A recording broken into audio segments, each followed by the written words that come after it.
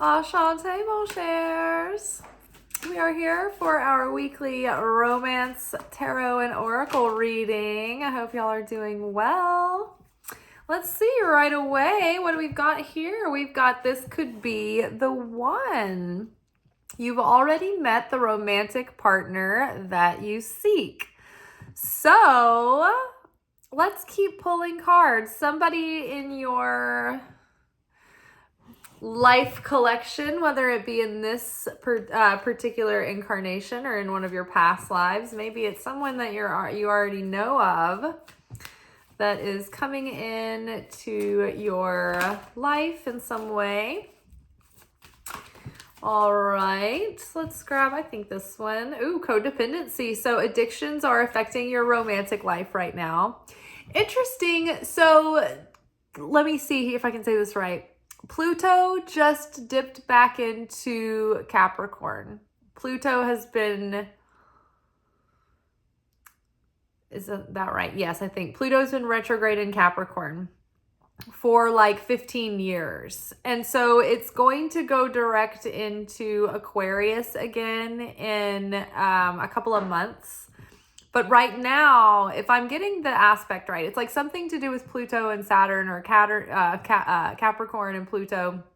But the aspect has been the like overarching influence probably over your main adulthood, or a big chunk of it, because it has been a cycle that has gone on for the last 15 years that has been incredibly challenging. Pluto is all about death and rebirth. Saturn is about time. It's about restriction, discipline, structure, being the mature, wise, person, the level-headed, the pragmatic, right?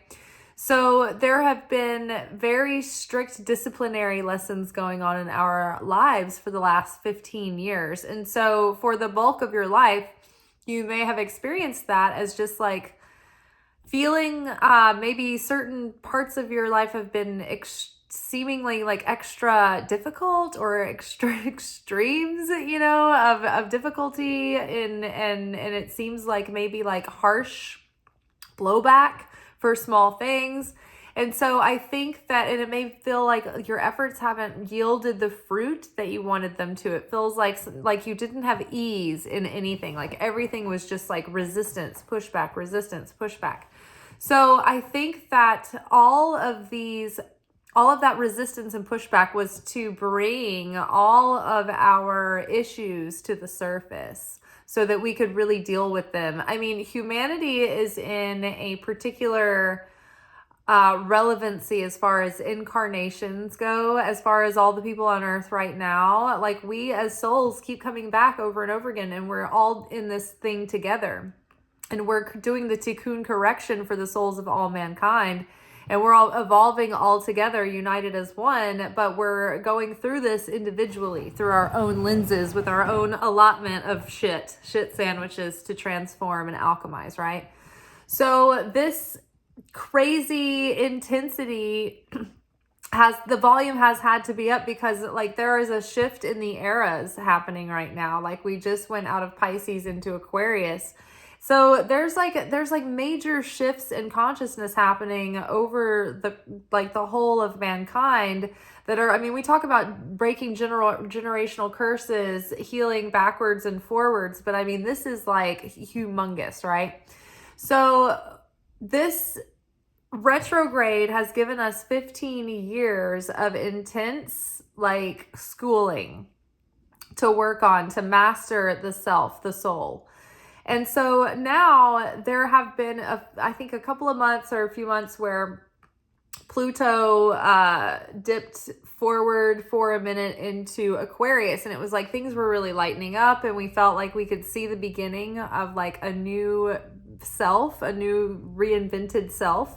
And then Pluto went back into Capricorn. And so then it was just like, oh, suddenly like, it was like, seemed like everything was like lightening up for a minute, like things are going to get better. And then it was like, boom, wait, did it not change? Like, are we still in the same? But this is giving us a minute to say, okay, I've got a preview of what's to come, right? I'm seeing trailers for next season. It looks like it's going to be good, but we're still not out of the season yet, right? We still have a few weeks left in this intense supportive energy to go back and review and heal in ways that mankind has never been supported in this kind of depth of awakening before. So right now is a good time to hone in on any like codependency in your life. We're all codependent in different ways, and we all fall on the spectrum, right? And so codependency can manifest as you playing a certain role all the time in these certain paradigms, right? Like, I always show up this way at work, and I'm always the one doing this and that and that. Well, that's a codependent role, because I am defined by this situation and the other key players play their part. And it's a two-way street, takes two to tango kind of thing, right? I need you to be the bad guy so I can be the victim, or I'm the bad guy and you're the victim. Or I'm, an enabler and you're the addict, or I'm the addict and you're the enabler. Like, there's all kinds of different ways that these can play out. These roles play out with our parents. Some people are codependent with their parents because they're extra dependent and tight with them. Some people have a codependent relationship with their parents because they have like a war, a battle that they are always in with their parents, and they're always playing these roles. Maybe they're the scapegoat and this and that. And, so it's like, it's identifying these roles that we always play, and then getting out of our typecasting, right? Putting on a different character. So let's change the script. Let's switch this up. There are people in your life, like it's so common now to just be like, and we're releasing people and we're writing them off and we're getting rid of them. And it's like the peripheral people that you don't need to keep in your life forever, fine, if they're like super toxic. But there are some people that you really have to hack it out with. And you have to evolve and grow together, like family, right? Where you have family forever. And so you learn how to get out of these behavioral patterns and these relational patterns with people in these root dynamics. And as you sort of switch up the routine, as you sort of become more sovereign and conscious in the way that you're showing up, then that sort of sets up new patterns, new neural pathways for the way forward. So it's like, okay, Capricorn or Pluto dipped out of Capricorn into Aquarius for a minute. We got a preview of what was to come. Then the Pluto went back into Capricorn so that we could get back to work. We know what we're aiming for now. Okay, let's finish up this. Let's tie up these loose ends. Let's address these codependencies, any kind of addictions that are affecting our life. They're going to be affecting our love life and affecting anything connected to Venus, like love, relationships, security, home, finances. All of those things are interconnected. So healing this is the focus of the homework right now. And, that could be opening up the way for a significant love options to start coming in, if not like a particular love option. All right. Let's see. What else do we need to know that will be helpful for the week? Ooh, new love. A new person has stirred your romantic feelings. I love this. I love the artwork in this deck. I'm like, I don't know. I'm such like a Victorian romantic girl. I'm like obsessed with like Anne of Avonlea. People are like, I'm done with hot girl summer. I want Anne of Avonlea autumn. And I'm like, my whole life is like, I'm practically Anne of Green Gables. But yeah, this woman, she's walking along. She's like back in the biblical days. She's got her basket of like persimmons or like pomegranates and fruit. All these little cherubs are like whispering in her ear. It's like she's like kind of dreamy, kind of crushy. So yeah, there's something going on. There's new love stirring. So right now though, instead of getting too carried away with this new love and too caught up, just be secure and relaxed that things will develop in their own good time. But for now, the most productive thing you can do is address and heal any issues that you might have remaining around codependency. Use this time wisely while you still can with Pluto and Saturn.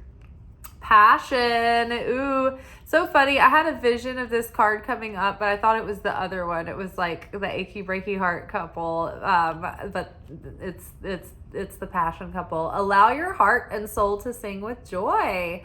Ooh, so very fun. We've got new love and passion. So it's like, warning, there's a new love coming in. There's going to be a lot of passion, and be wary of your like old codependent default settings and muscle memory that might be easy to fall back into.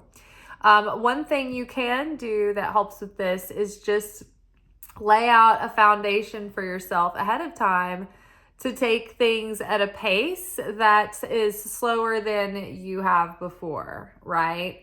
That make yourself conscious and aware of maintaining the good habits and routines that you've just recently established for yourself, doing these like new interests and keeping up with your like health routines, good healthy diet. So many times when people get into relationships, and I mean, okay, so we're in, like, this is our romance video, and we're talking about love here and romance. This is like fall, right?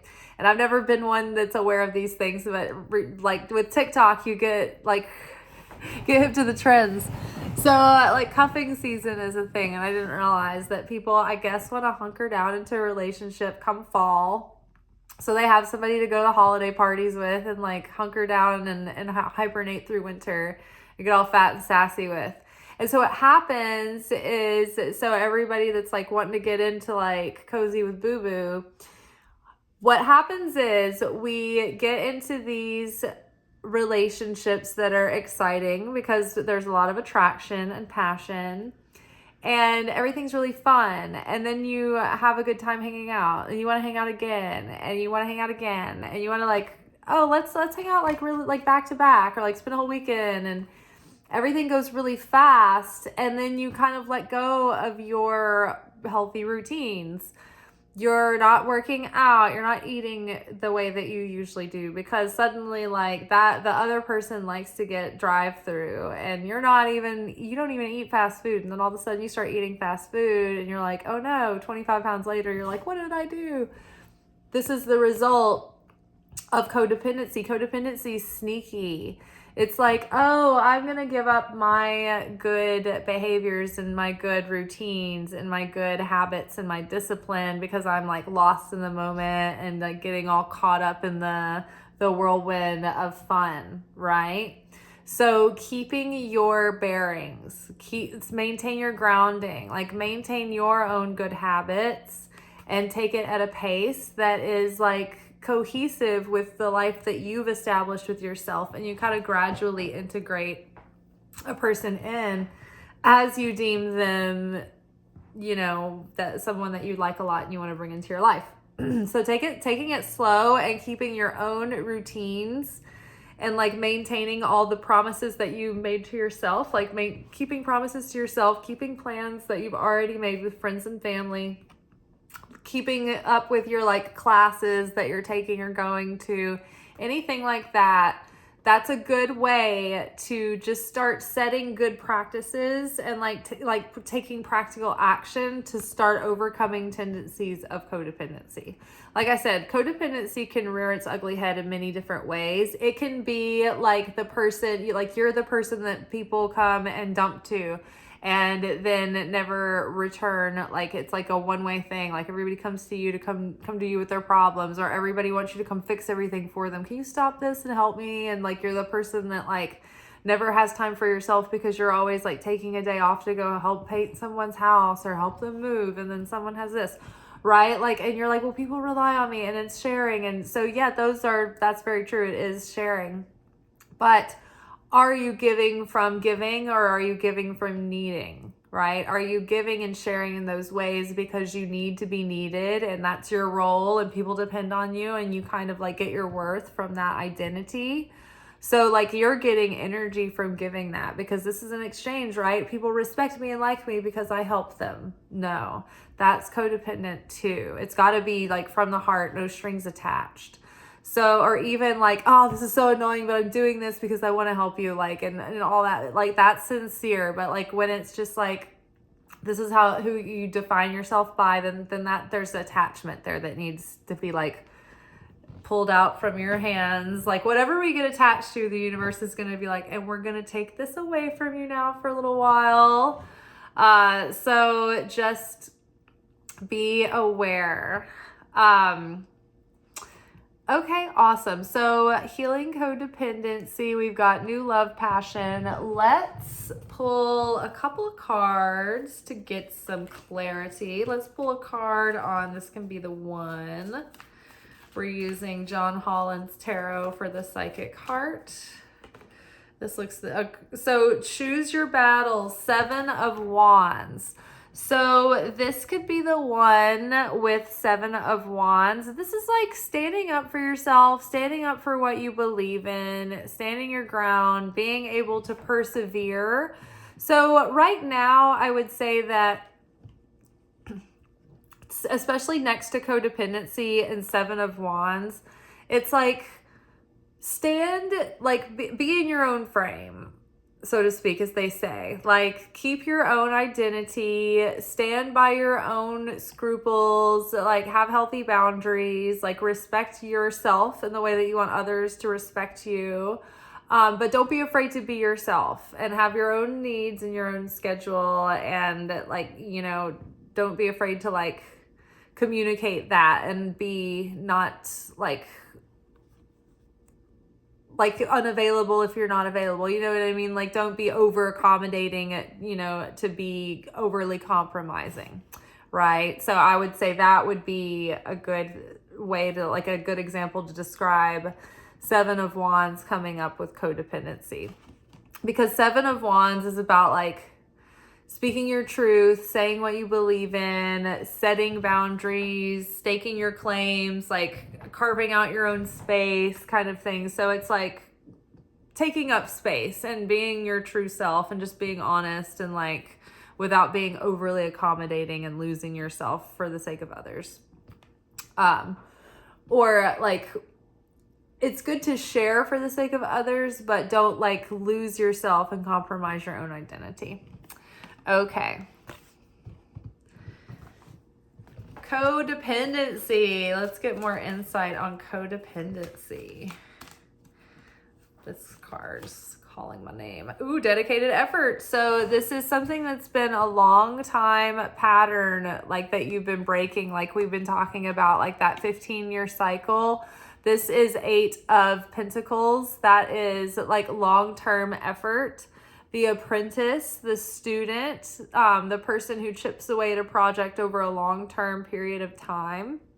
And so with relationship issues, it's like this has been whatever has been our lifelong theme within relationships that we keep circling back to, that we keep struggling with, that we keep healing from in between relationships and kind of continuing that education.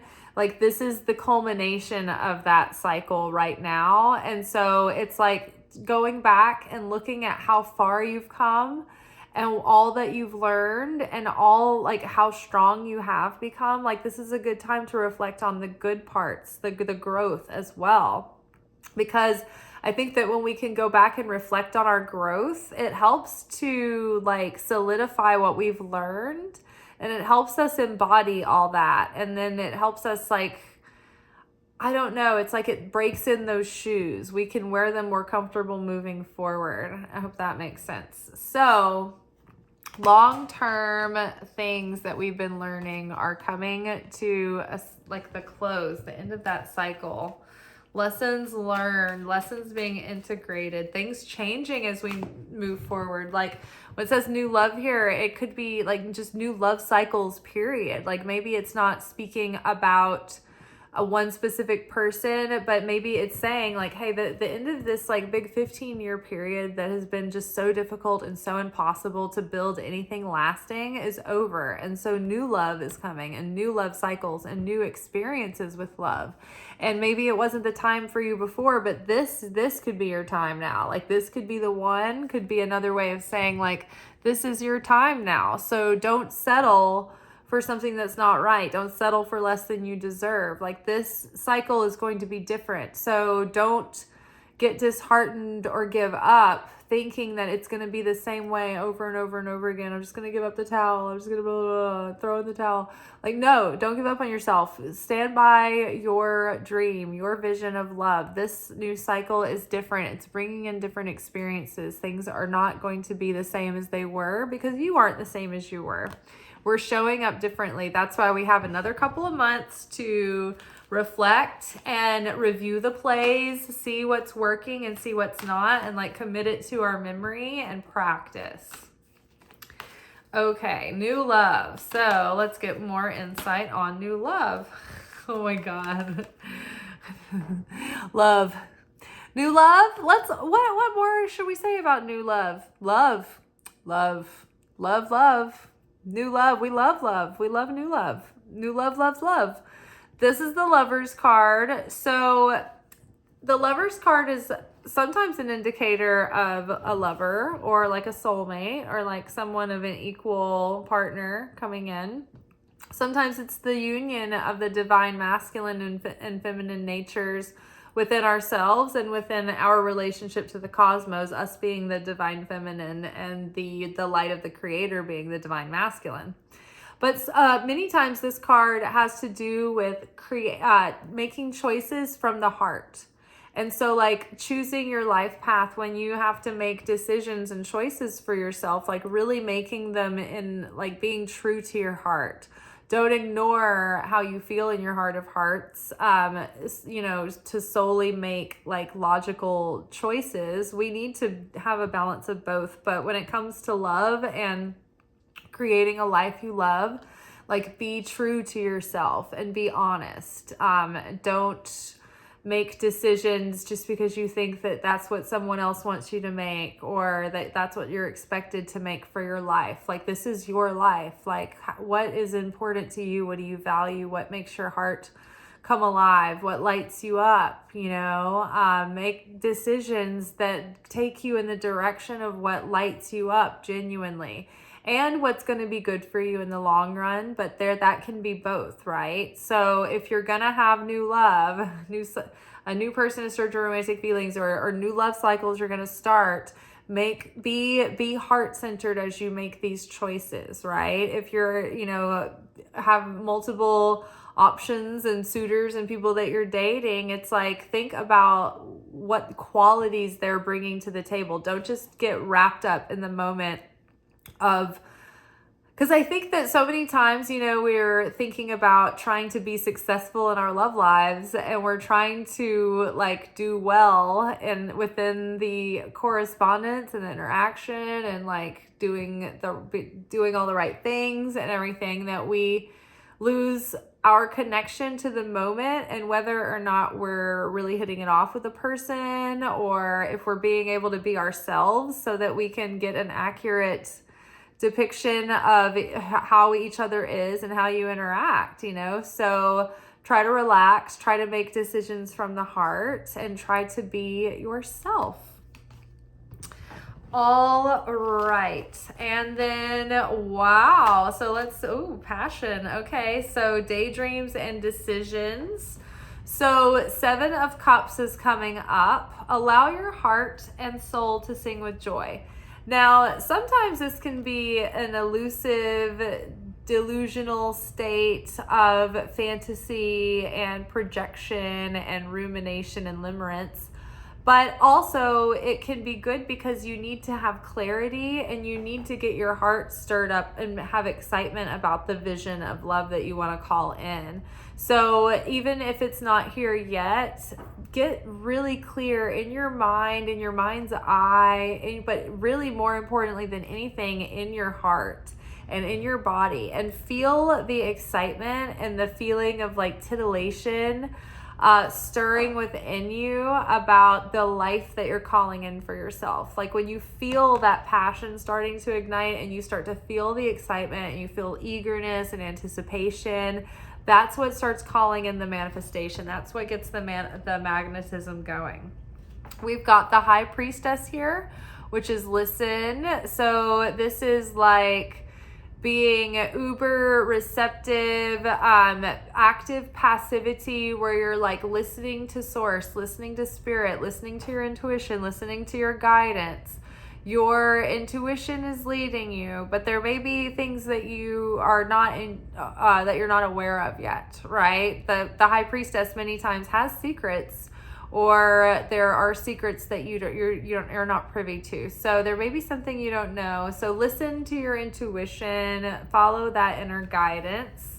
As far as like when you're thinking about like passion and all of that, it can get you kind of carried away. So stay emotionally sober so that you can hear the inner voice clearly and it's not distorted by excited, passionate feelings, and that doesn't cause delusions and daydreams, right? So, and then healing begins. So 6 of Swords. 6 of Swords is like moving on past stormy conditions, moving past like a mindset or like a limiting belief, right? Like the swords are all about thoughts and thought patterns, but it's also about like, sometimes it's about conflict in our lives with others. So the 6 of Swords is moving past the conflict onto like brighter days and calmer seas. So this, I think, is positive, like reinforcement and confirmation that we are healing from maybe a pattern of letting our feelings cause us to project on others the qualities that we hope that they have, right? Projecting our fantasies on others, making up in our mind who they are.